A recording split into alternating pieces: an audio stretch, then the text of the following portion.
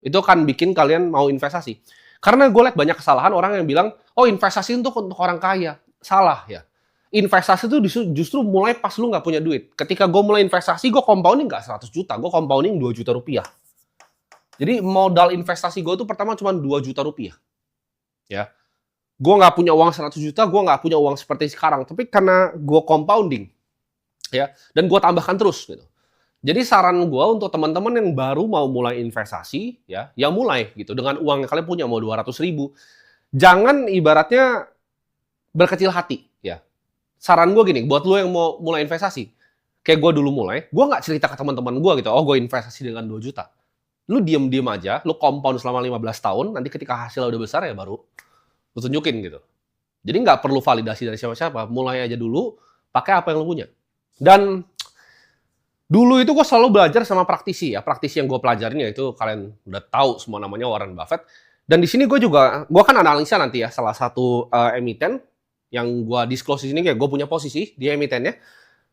Dan gue bukan ibaratnya analis ya. Kalau misal kalian lihat ada orang kerja di sekuritas, misalnya gaji 30 juta dia jadi analis.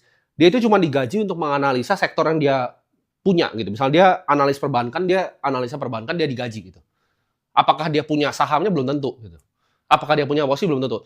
Cuman gue selalu percaya konsep namanya skin in the game ya. Jadi kalau orang ngomongin sesuatu dia punya skin in the game nggak? Gitu. Dia atau cuma analisa doang. Gue paling nggak percaya gitu analis ini begini.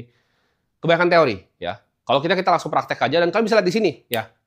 Jadi ini banyak diberitakan gitu ya.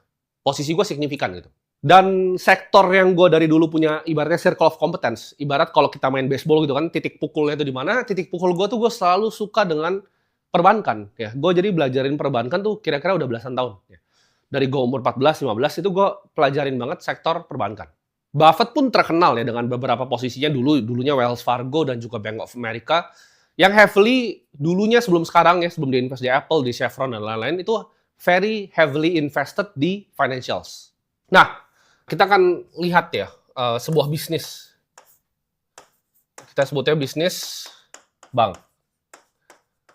Nah, untuk sebuah bisnis itu bisa bekerja, ini gue akan gambarin kalian bisnis itu kalian anggap seperti benteng ya. Ini mungkin gambar benteng terjelek yang kalian lihat di hidup kalian kali ya. Mungkin benteng.